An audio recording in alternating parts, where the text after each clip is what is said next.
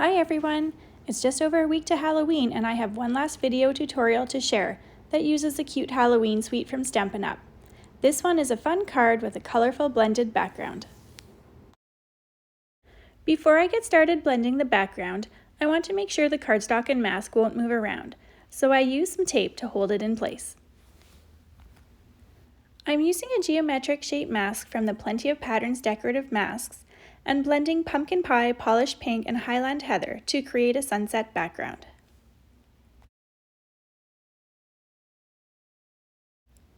I started with a light blending of the three colors, and now I'm going over it to deepen the color and ensure a nice smooth blend. Once you are happy with the background, remove the mask and gently blend a bit more color over the white masked areas. This softens the pattern so the white isn't as harsh.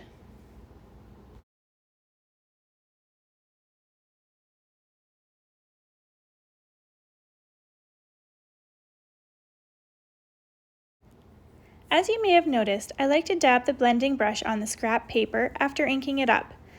This helps you get an even color blend with no dark ink areas.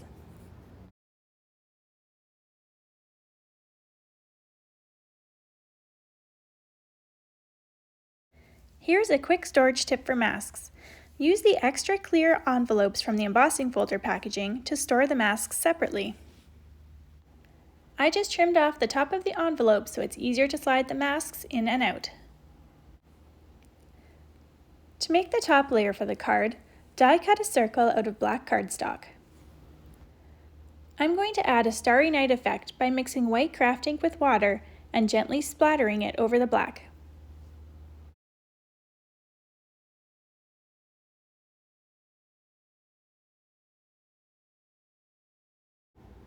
Now it's time to assemble the card. I started with a ghost on the background that was fussy cut from the Cute Halloween DSP. Then I stamped the greeting in Highland Heather and adhered it to the black with adhesive and a decorative staple.